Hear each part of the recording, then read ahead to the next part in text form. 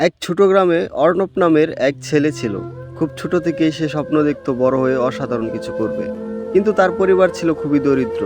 স্কুলে যাওয়ার জন্য জুতো কেনার টাকাও ছিল না তার। ফলে অর্ণব খালি পায়ে হাঁটতো। বন্ধুরা তাকে নিয়ে মজা করত। একদিন সে এক দোকানের বাইরে পুরনো এক জোড়া জুতা দেখতে পেল। জুতোটা তার জন্য বেশ বড় ছিল, কিন্তু দোকানদার বলেন, এটা তোমার জন্য সস্তায় দিতে পারি। অর্ণব সেই জুতো কিনলো।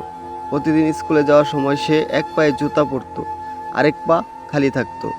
বন্ধুরা আবার তাকে নিয়ে মজা করতে লাগলো। একজন শিক্ষক একদিন তাকে জিজ্ঞাসা করলো, তুমি এক পায়ে জুতা পরো কেন? অর্ণব শান্তভাবে উত্তর দিল, আমি যখন খালি পায়ে থাকি তখন আমাকে মনে করিয়ে দেয় আমি কোথা থেকে উঠে এসেছি, আর যখন জুতো পরি তখন আমাকে মনে করিয়ে দেয় আমি কোথাও যেতে চাই। শিক্ষক মুগ্ধ হলেন।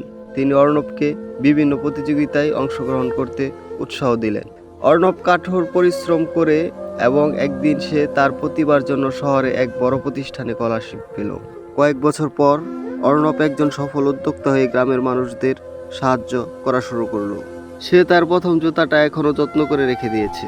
অর্ণব বলে, এক পায়ের জুতাই আমাকে শিখিয়েছে সীমাবদ্ধতা হলো আমাদের এগিয়ে যাওয়ার সবচেয়ে বড় শক্তি।